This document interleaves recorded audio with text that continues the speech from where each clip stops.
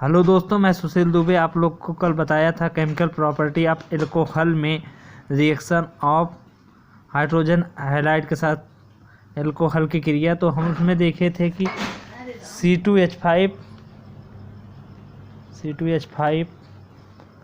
OH की अभिक्रिया HCl और ZnCl2 की उपस्थिति में कराने पर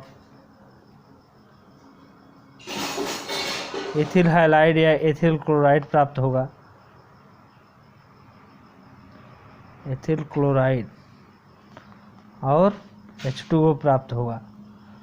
तो हम अगर हम देखेंगे कि मेथिल एल्कोहल की अभिक्रिया कराएंगे HI से तो क्या प्राप्त होगा। मेथिल एल्कोहल है और यहाँ पर अगर हम कराते हैं HI से क्रिया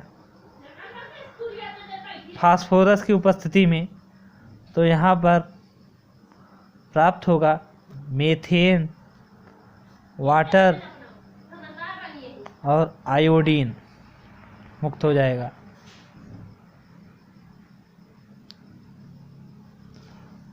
मीथेन बन गया।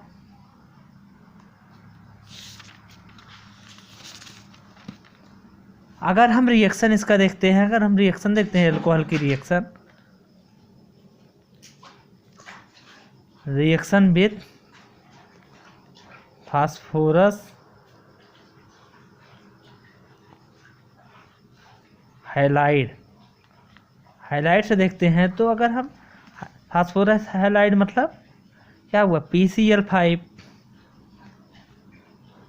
PCl3 PBr3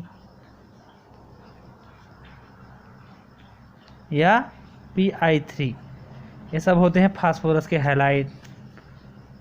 तो यहाँ अगर हम देखते हैं, यहाँ हम एल्कोहल की क्रिया अगर हम PCl5 से कराते हैं तो RCl POCl3 प्लस HCl प्राप्त होगा।